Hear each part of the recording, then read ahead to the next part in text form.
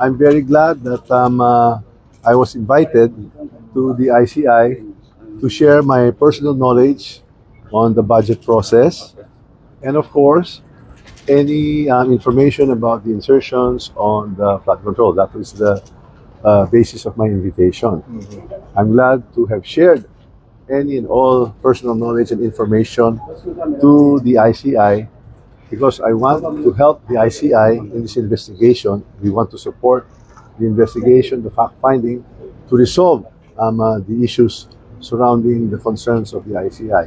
Nagpapasalamat ako talaga sa member ng ICI that I was finally given an opportunity to share my side of the story. So, kumbaga sa ngayon po, it's about facts and evidence and hindi lang political noise or speculations. Kaya the ICI commissioners were able to ask me many questions and I was able to answer it, and I feel very, very happy, and I welcome this opportunity to share everything I know. So yung kay representative po, ano pong tingin niyo dapat niyang gawin?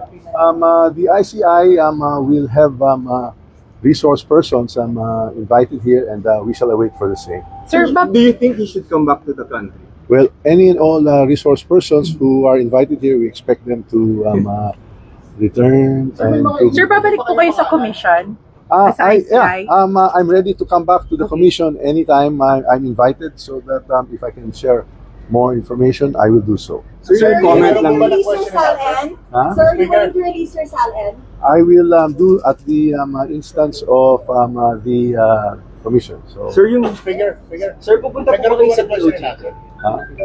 I've not been invited to. Sir, yung pong sinabi ng witness ni Senator Marcoleta, and would you like to comment yung kay Ori? Well, the witnesses that were presented are discredited already for having presented falsified documents in the form of the testimony, and their